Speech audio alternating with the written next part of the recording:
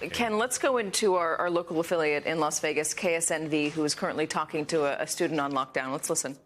Many of the people, I believe, can just sign up for this alert. So everyone began getting these notifications.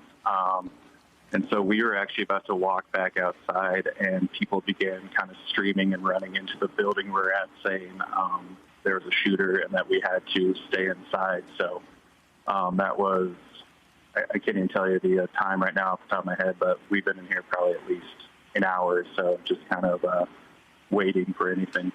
And I'm sure that hour probably feels like an eternity, Brad. This is something that everyone braces themselves for. It seems like no location is immune to a situation like this. As someone who has covered these types of violence before, just kind of tell us what's going through your mind right now as you're simply just going about your day, trying to get your assignment done, and then something like this, which is ultimately everyone's worst fear, happens.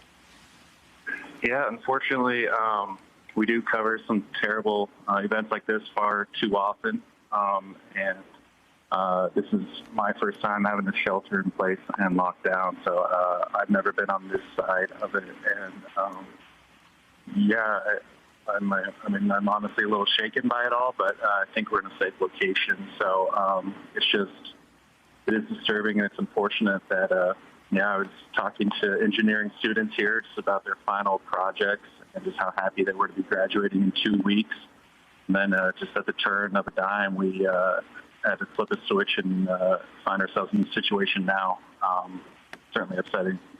So we have reports from Las Vegas locally, and we haven't confirmed them yet in the newsroom, but they are saying that the shooter is down, according to police radio. We don't know, in fact, if that is true, but I'm trying to get an idea of how many people you're in that room with, and do you have a plan? Have you talked about what you would do if the shooter comes into your building and approaches your room? So the staff on scene here where I was immediately kind of took charge, put us all into as far back of a room as we can. We blocked the doors that we nearby with what we can to kind of block any entrance from the other side. And I'd say there's probably 2 or 3 dozen of us here, mostly students, some staff and faculty, and then myself and my photographer.